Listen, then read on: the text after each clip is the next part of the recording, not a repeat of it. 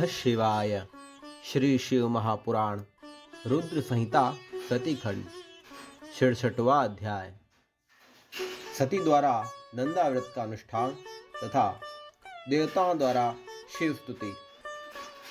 ब्रह्मा जी बोले, हे मुने, एक समय आपके साथ जाकर मैंने त्रिलोकी की सर्वभूता उन सती को अपने पिता के पास बैठी हुई देखा।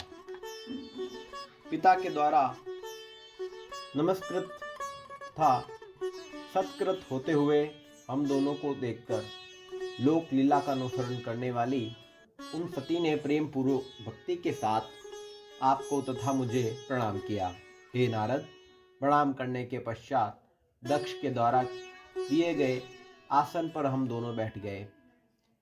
इसके बाद विनम्र सती को देखकर मैंने कहा, हे सती, जो तुम्हें चाहता है तथा जिसे तुम चाहती हो उन सर्वज्ञ जगदीश्वर को तुम पति रूप में प्राप्त करो, जिसने तुम्हारे अतिरिक्त दूसरी स्त्री का पाणी ग्रहण नहीं किया है, जो वर्तमान में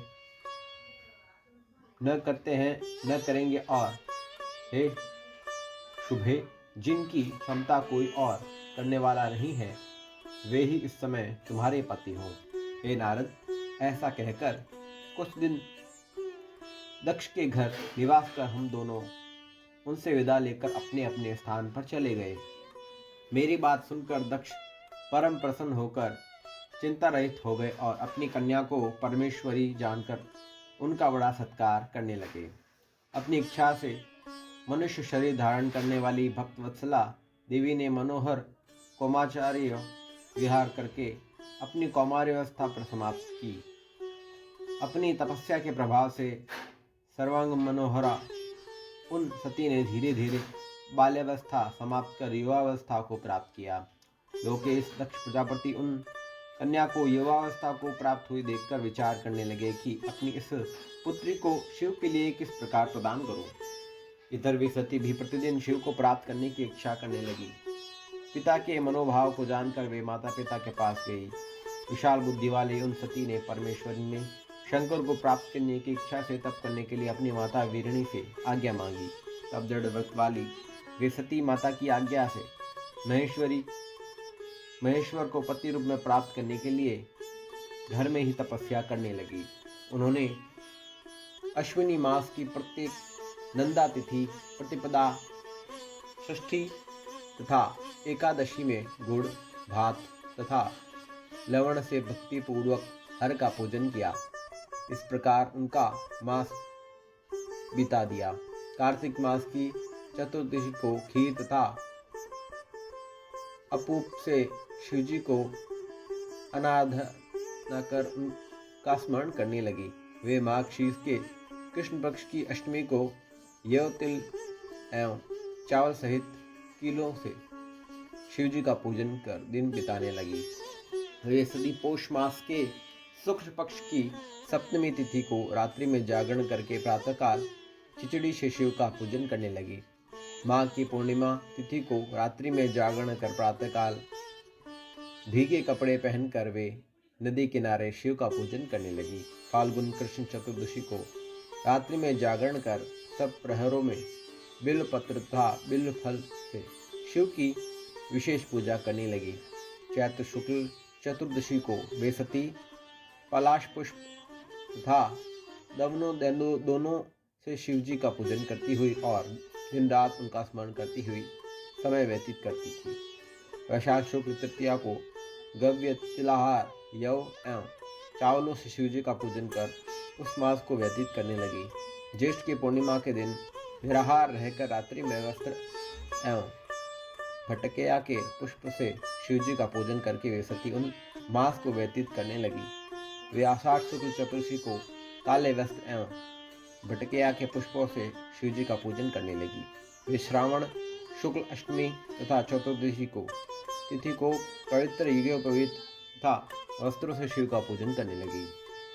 भाद्रपद कृष्ण चतुर्दशी को अनेक प्रकार से पुष्पों तथा फलों से शिव का पूजन करके वे चतुर्दशी तिथि में केवल जल का आहार करती रहती थी। इस प्रकार वे परिमित आहार करके जप करती हुई उन उन कालों में उत्पन्न होने वाली नाना प्रकार के फल पुष्प तथा संयोग द्वारा प्रत्येक महीने शिवार्चन करती थी। अपनी इच्छा से मानव रूप धारण करने वाली वे सती दृढ़ व्रत से युक्त होकर सभी महीनों में तथा सभी दिनों में शिव का पूजन कर तत्पर रहने लगी। इस प्रकार नंदा व्रत को पूर्ण रूप से समाप्त करके भगवान शिव में अनन्य भाव रखने वाली सती एकाग्रचित होकर बड़े प्रेम से भगवान शिव का ध्यान करने लगी और उनके ध्यान में वे निश्चल भाव से स्थित हो गई। हे मुने, प्रकार समय सब देवता और ऋषि भगवान विष्णु को और मुझको आगे करके सती की तपस्या देखने के लिए गए। वहां जाकर देवताओं ने देखा कि सती मूर्तिमती दूसरी सिद्धियों के समान जान पड़ती है। वे समय भगवान शिव के ध्यान में निमग्न थी और सिद्धावस्था में पहुंच गई थी। विष्णु आदि समस्त देवताओं तथा मुनियों ने प्रसन्नचित होकर दोनों हाथ जोड़कर तथा सिर झुकाकर प्रेम पूर्वक सती को नमस्कार किया। इसके बाद अति प्रसन्न श्री विष्णु आदि सब देवता और मुनिगण आश्चर्यचकित होकर सती देवी की तपस्या भूरी भूरी प्रशंसा करने लगे। तदंतर वे सभी देवता ऋषिगण सती देवी को पुनः प्रणाम कर भगवान शिव जी के परम प्रिय देवी पुनः प्रणाम करके भगवान के श्री कैलाश पर्वत पर शीघ्र ही चले गए। लक्ष्मी सहित भगवान विष्णु और सावित्री सहित वे सभी प्रसन्नता पूर्वक भगवान शिव के समीप गए। वहां पहुंचकर आश्चर्यचकित होकर सभी लोगों ने प्रभु का दर्शन करने उन्हें प्रणाम किया और दोनों हाथ जोड़कर अनेक प्रकार के स्तोत्रों से उनकी स्तुति करने लगे।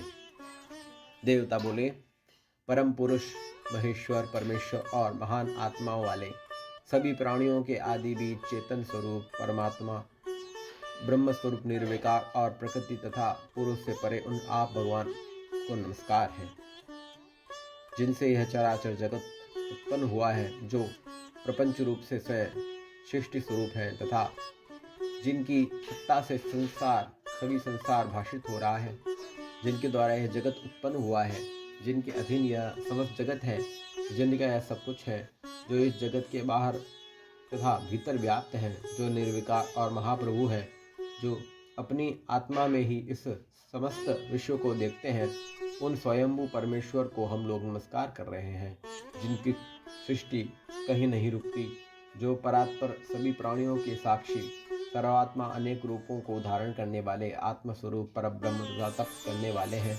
हम लोग उनकी शरण में आए हैं। देवता ऋषि तथा सिद्ध भी जिनके पद को नहीं जानते तथा जो भी अन्य प्राणी उनको किस प्रकार जान सकते हैं, किस प्रकार प्राप्त कर सकते हैं, जिनको देखने के लिए मुक्त संग साधुजन ब्रह्मचर्य आदि व्रतों का आचरण करते हैं, वे आप हमारी उत्तम गति हैं। हे प्रभु, दुख देने वाले जन्मादि कोई भी विकार आप में नहीं होते, फिर भी आप अपनी माया से कृपा पूर्वक उन्हें ग्रहण करते हैं।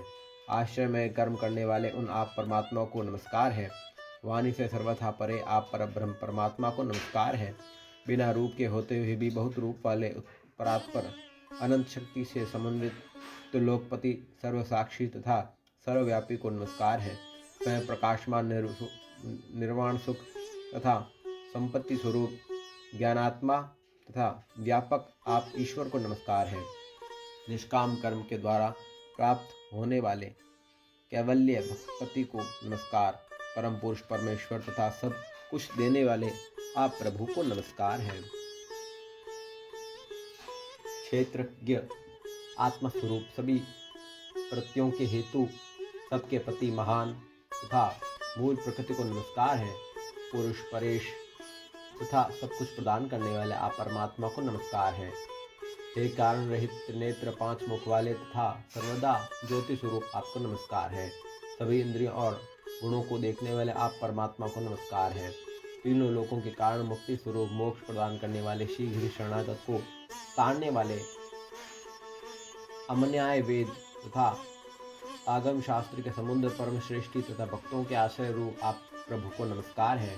हे महेश्वर, आप गुण रूपी अरण्य से आच्छन्न चित्त स्वरूप अग्नि रूप मुखों के द्वारा प्राप्त न होने वाले ज्ञानियों के हृदय में सदा निवास करने वाले, संसारी जीवों के बंधनों को काटने वाले, उत्तम भक्तों को मुक्ति प्रदान करने वाले, स्वयं प्रकाश स्वरूप नित्य अव्यव निरंतर ज्ञान स्वरूप प्रत्यक्ष दृष्टा अविकारी तथा परम ऐश्वर्य धारण करने वाला आप प्रभु को नमस्कार है। लोग धर्म अर्थ काम मोक्ष के लिए जिनका भजन करते हैं और जिनसे अपनी सद्गति चाहते हैं, ऐसे हे प्रभु आप हम सभी के लिए दया रहित कैसे हो गए?